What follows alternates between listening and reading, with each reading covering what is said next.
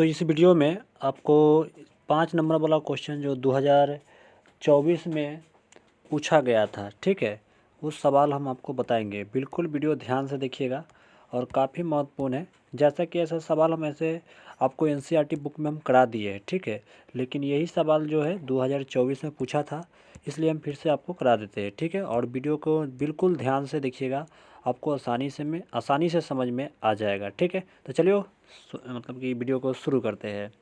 तो देखिए, आपसे क्वेश्चन में बोला गया है इसमें कि क्रमशः 6 सेंटीमीटर, है ना, 6 सेंटीमीटर, 8 सेंटीमीटर और 10 सेंटीमीटर त्रिज्या वाले धातु के 3 ठोस गोले यानी गोलों को पिघलाकर एक एकल ठोस गोला बनाया जाता है। तो इस गोले की त्रिज्या ज्ञात करें।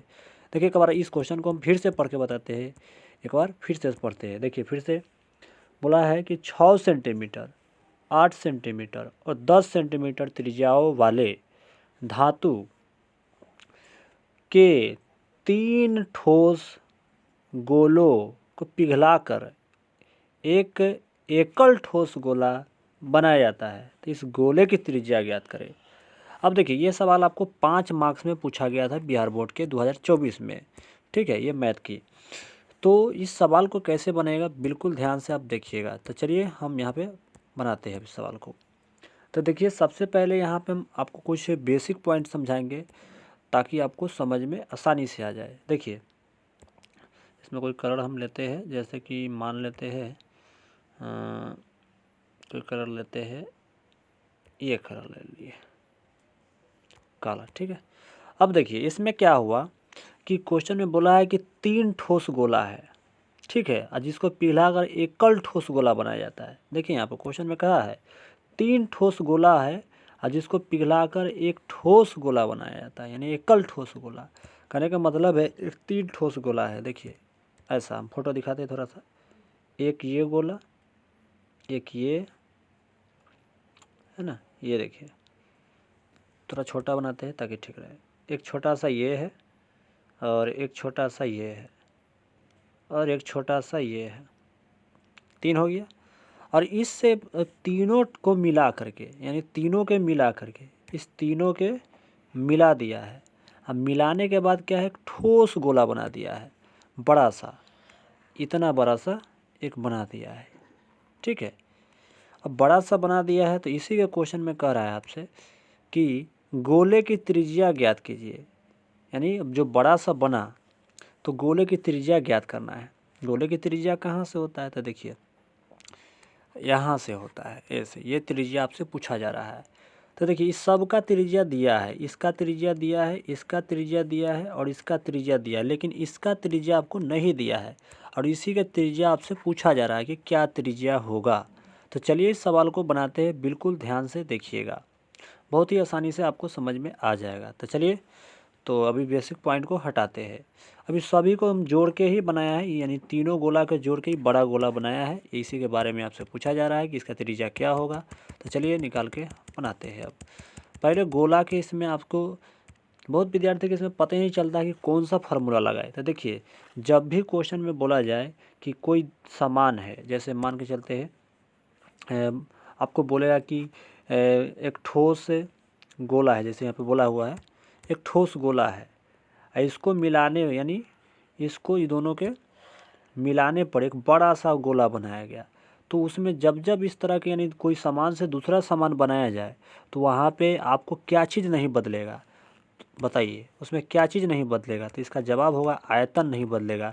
और जब आयतन नहीं बदलेगा तो यहाँ पे गोला के आयतन के फार्मूला लगेगा, ये आप ध्यान में रखिएगा, ठीक है। तो चलिए यहाँ पे, तो वहाँ पर आयतन के ही फार्मूला लगेगा जो बनाने के लिए कहा जाए, ठीक है।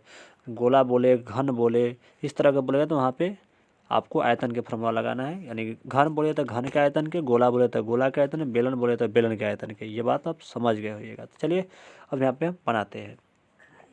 यहाँ पे देखिए, मान लेते हैं यहाँ पे माना क्या दिया है, क्वेश्चन में दिया है, तो लिखिएगा दिया है। क्या दिया है बताइए। तो देखिए, अब त्रिज्या दिया है, ये जो दिया है ये सब त्रिज्या है आपको दिया हुआ। तो देखिए, मान लेते हैं कि R1 त्रिज्या, R1 त्रिज्या कितना है 6, R2 त्रिज्या कितना है, तो आपको देखा जाए तो यहाँ पे 8 है, ठीक है। थोड़ा सा छोटा करते हैं। और R3 त्रिज्या कितना है, R3 त्रिज्या जो है आपका कितना है 10 है, यानी 10 cm है। सब में सेंटीमीटर अपन लगा दीजिएगा ध्यान से, वरना नंबर कट जाएगा। तो ये लिख दिए। अब हमको क्वेश्चन में बोला है वो उसके बाद के करते हैं। यहाँ पे देखिए क्वेश्चन में बोला 3 ठोस गोले में पिघला कर एकल ठोस गोला बनाया जाता है। तो हम नेक्स्ट पेज लेते हैं, उस पर हम आपको समझाते हैं। तो देखिए 3 ठोस गोला है, तो यहाँ पे लिखिएगा प्रश्न से, प्रश्न से बोलिए या सीधे यहाँ पे लिख दीजिए गोला के आयतन का फॉर्मूला लगा दीजिए। तो देखिए 3 गोला के आयतन होता है, तो देखिए 4/3 पाई आर क्यों होता है, पाई आर क्यों। तो यहाँ पे R1 का दीजिए प्लस 4/3 पाई आर क्यों, R2 का दीजिए, फिर प्लस लिखिए 4/3, क्योंकि 3 वो गोला को मिला के बनाया है एक छोटा बड़ा सा गोला है ना। तो पाई आर क्यों यहाँ पर भी होगा, लेकिन यहाँ पे R3 होगा। अब बराबर में बड़ा गोला बनाया है छोटा सा, तो उसका बड़ा गोला के तो हम कैपिटल R मान लेंगे, है ना। चलिए तो यहाँ पे लिखेंगे 4/3 पाई कैपिटल R के क्यों रह देंगे, ठीक है। अब इस सवाल को बनाना है। तो देखिए इसमें आप देखा जाए, आपको अगर हम आपसे पूछे कि बताइए इसमें क्या आपको समझ में आया, तो देखा जाए तो यहाँ पे देखिए 4/3 पाई 4/3 पाई 4/3 पाई 4/3 पाई 70 है, यानी तीनों है। तो 4/3 पाई सभी में कॉमन आ रहा है ना। तो 4/3 पाई कॉमन ले लेते हैं, ठीक है। 4/3 और पाई कॉमन ले लिए, ठीक है। अब देखिए कॉमन ले लिए तो हमको क्या बचा, सिर्फ यहाँ पे R1 के पावर 3, R1 के पावर 3 कर दीजिए, प्लस R2 के पावर 3 बच गया, फिर प्लस कर दीजिए R3 के पावर आपको बच गया 3, बंद कर दीजिए बराबर में। अब बराबर में लिख दीजिए 4/3 पाई आर क्यों। एकदम सिंपल है, बहुत ही आसान है, और 5 नंबर फ्री के यानी 2024 के विद्यार्थी ले लिए होंगे, क्योंकि एकदम आसान है ये, है ना। अब देखिए 4/3 से 4/3 यहाँ पे देखिए बराबर में है, तो कटे में यहाँ पे या के सिंबल जरूर लगेगा, तो आपको नंबर काट लिया जाएगा, और 4/3 ये कट जाएगा, कट गया। कटने के बाद हमारे पास क्या बचा, ये सिर्फ बच गया था। चलिए हम फिर से एक पेज पे आते हैं, हम मान रखते हैं। देखिए हमारे पास जो बच गया है ये R1, तो देखिए यहाँ पे R1 के मान कितना दिया हुआ है, 6 दिया है। कलर दूसरा लेते हैं ताकि आप समझिएगा। तो R1 के मान 6 दिया है, तो हम सीधे डायरेक्ट अब रखेंगे अगला पेज पर R1 के मान। R1 के मान 6 रख दीजिए, पावर आपको 3 है, यानी बंद करके लिख दीजिए ऐसे। अब प्लस कर दीजिए या हटा के लिख दीजिए, कोई दिक्कत नहीं, हटाइए दे दीजिए, कोष्टक में से हटा दिए। पावर 3 प्लस उसके बाद क्या दिया है R2 के मान कितना दिया है, तो देखिए R2 के मान कितना दिया, R2 के मान आपको 8 दिया है, तो R2 के मान 8 रख दीजिए, पावर 3 लगा दीजिए, प्लस R3 के मान आपको 10 दिया है, पावर 3 लगा दीजिए, बराबर कर दीजिए, R के पावर 3 है। तो देखिए 6 का क्यों कितना होता है, 216 होता है। 6 का क्यों कितना होता है, 216। 6 के पावर 3 का मतलब क्या होता है, 6 के पावर 3 का मतलब होता है 6 × 6 × 6, यानी 3 बार 6 लिखना है, प्लस कर दीजिए। 8 का क्यों कितना होता है, 512 होता है, और 10 का क्यों कितना होता है, तो 1000 होता है ना। और बराबर हमारा R के पावर 3 हो जाएगा। अब इस सभी को जोड़ लीजिए, इस सभी को जोड़िएगा, तो देखिए आपको हो जाएगा 1500, 15 1 1700, तो 1700 यानी 1700 ये हो जाएगा, यानी 1728 आ गया, है ना। तो 1700 इसका 28 आ जाएगा, ठीक है। तो ध्यान रखिएगा, इसको हटाते हैं बुंदा को, 1728 ये हमारा निकल गया, और हमारा पास बचा हुआ R के पावर 3। अब देखिए पावर जब 3 रहता है कहीं पर ही, अगर पावर 3 है या 2 है, तो बराबर के अगर इस पर ही पावर को लाना है तो क्या आता है, तो रूट में आता है ना, रूट में आता है। तो इसको चलिए थोड़ा सा हम जूमिंग कम करते हैं, और इसी जगह हम उत्तर निकालने की कोशिश करते हैं।